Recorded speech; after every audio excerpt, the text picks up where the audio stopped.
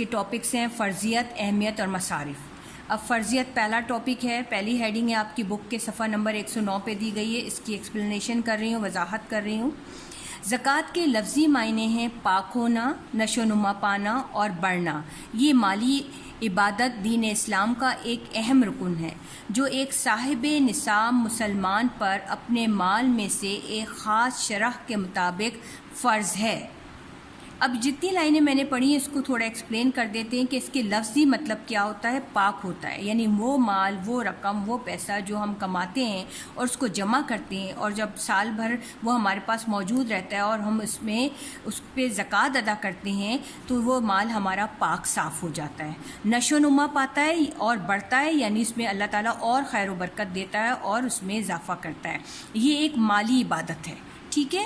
اسلام اور دین اسلام کا ایک اہم رکن ہے جو ایک صاحب نصاب مسلمان اس شخص کو کہتے ہیں جس کو اللہ تبارک تعالیٰ اتنا مال دے جو ایک سال گزر جانے کے بعد بھی وہ اس کے خرچے کے علاوہ اس کے پاس موجود رہے، اور اس کی مقدار ہم آگے بتائیں گے اس کی ڈیٹیل کے بارے میں اور تفصیل سے آپ کو سمجھ آ جائے گا۔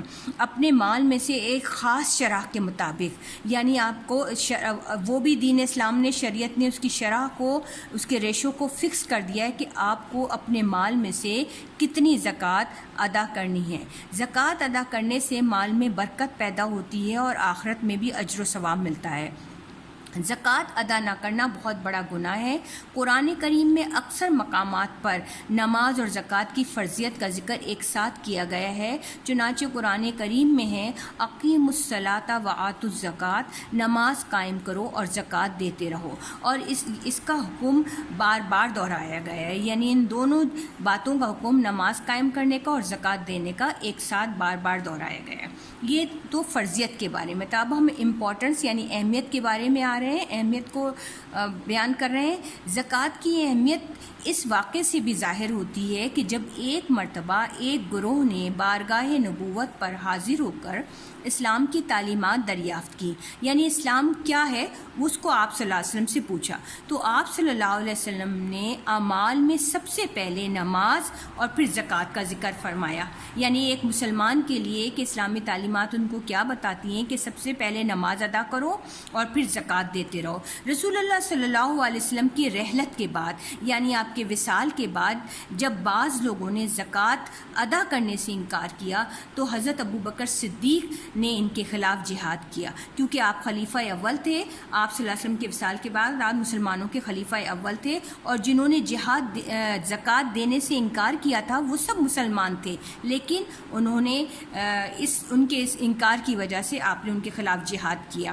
زکوٰۃ ادا نہ کرنے والوں کے خلاف قرآن نے سخت وعید سنائی ہے۔ وعید کہتے ہیں وارننگ کو یا تنبیہ کو، جس کا اندازہ قرآن مجید کی ان آیات سے لگایا جا سکتا ہے۔ ترجمہ: بسم اللہ الرحمن الرحیم۔ جو لوگ سونا چاندی سینت کر جمع کر کے خزانہ بنا کر رکھتے ہیں اور اسے اللہ کی راہ میں خرچ نہیں کرتے، انہیں دردناک عذاب کی خبر سنا دیجیے۔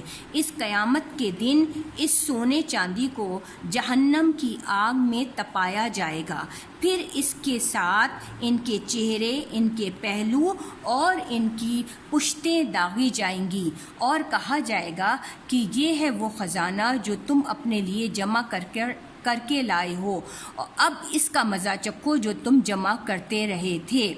سورہ توبہ آیت نمبر 34 اور 35۔ اس کو تھوڑا سا میں آسان الفاظ میں کر دوں ترجمے کو، کہ اللہ تبارک تعالیٰ فرماتا ہے سورہ توبہ کی آیت نمبر 34-35 میں کہ جو لوگ سونے چاندی کو جمع کرتے ہیں اور اللہ کی راہ میں خرچ نہیں کرتے زکوٰۃ کی صورت میں، تو اللہ تعالیٰ کہتا ہے کہ انہیں اپنے نبی سے فرماتا ہے کہ انہیں دردناک عذاب کی خبر سنا دو، کیونکہ قیامت کے دن یہی سونا چاندی جہنم کی آگ میں تپایا جائے گا، اس کو گرم کیا جائے گا، اور پھر اس کے ساتھ ان کے چہرے، ان کے پہلو اور ان کی پشتیں، یعنی ہماری جو پیٹھیں ہوتی ہیں اس کو داغا جائے گا، اس سے اس کی مہر لگائی جائے گی، اور کہا جائے گا یہ وہ خزانہ ہے جو تم اپنے لیے جمع کر لائے تھے، اب اس کا مزہ چکھو اور جو تم جمع کرتے رہے تھے۔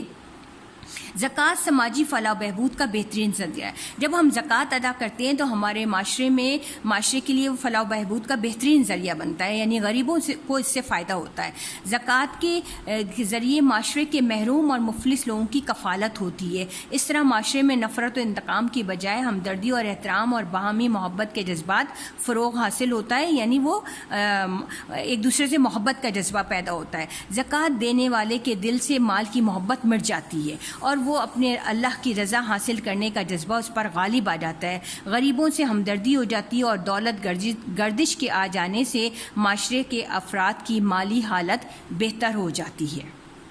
اب یہ جو میں نے آپ کو پیراگراف بتایا یہ معاشرے کے بارے میں کہ جب ہر مسلمان جو صاحب نصاب ہوگا اور ایک خاص شرح کے مطابق زکوٰۃ ادا کرتا رہے گا اپنے مال کے مطابق جو اس نے جمع کیا ہے، تو اس سے معاشرے میں استحکام پیدا ہوگا، مفلس لوگوں کی کفالت ہوگی، چوری چکاری، نفرت انتقام، قتل و غارت گری ختم ہوگی، ایک دوسرے سے محبت اور ہمدردی ہوگی، اور جو زکوٰۃ دینے والا ہوگا اس کے دل میں مال کی محبت مٹ جائے گی۔ وہ ہر وقت اس کوشش پہ رہے گا کہ اس کے اللہ کی رضا جو ہے اس کا جذبہ اس کے اوپر غالب رہے گا، اور اس سے غریبوں سے ہمدردی ہو جائے گی، اور اس طرح دولت کی گردش میں آ جانے سے معاشرے کے افراد کی مالی حالات بھی بہتر ہو جائے گی۔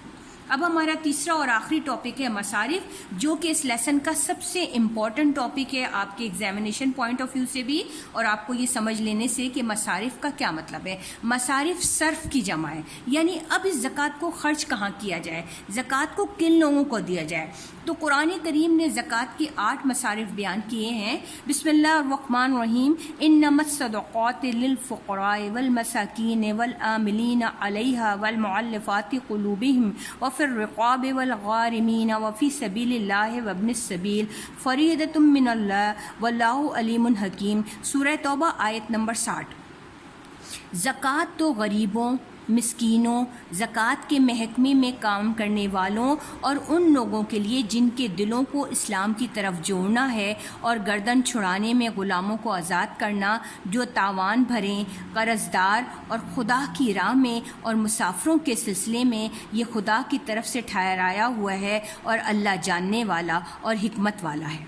اس آیت کی روشنی میں جو اس کے سورہ توبہ کی آیت نمبر 60 ہے، اس کے ترجمے کی روشنی میں آپ کو بتایا گیا ہے کہ زکوٰۃ کے 8 مصارف ہیں۔ اب وہ کون کون سے لوگ ہیں جن کے اوپر زکوٰۃ کا مال خرچ کیا جائے گا، یا زکوٰۃ کے مال کے وہ حقدار ہیں، قرآن حکیم کی روشنی میں وہ کیا ہے؟ اس آیت کی روشنی میں زکوٰۃ کے 8 مصارف ہیں۔ نمبر 1 فقراء، غریب، مساکین، نمبر 2، نمبر 3 عاملین زکوٰۃ یعنی زکوٰۃ کے محکمے کے ملازمین، پھر ہے نمبر 4 تالیف قلب یعنی جن کو جو نئے اسلام میں داخل ہوں، نمبر 5 رقاب کہتے ہیں جو کہ کسی غلام کو آزاد کرانا، ٹھیک ہے، جو اپنے مالک سے معاہدہ کر لے اور کہ میں تمہیں رقم ادا کر دوں گا، تو اس کو رقاب کہتے ہیں۔ غارمین قرض دار جن کے اوپر قرضہ ہو، فی سبیل اللہ اللہ کے راستے میں، ابن سبیل مسافر۔ زکوٰۃ دیتے وقت پہلے اپنے قریبی رشتہ داروں کا خیال رکھنا چاہیے اور باہر کے لوگوں کو بعد میں دی جائے۔ اس طرح جو لوگ خود بڑھ کر سوال نہیں کرتے، غربت کے باوجود خوددار اور غیرت مند ہوتے ہیں، انہیں تلاش کر کے صدقہ و زکوٰۃ دیے جائیں۔ ایسے لوگوں کو شریعت کی نظر میں مساکین کہا جاتا ہے۔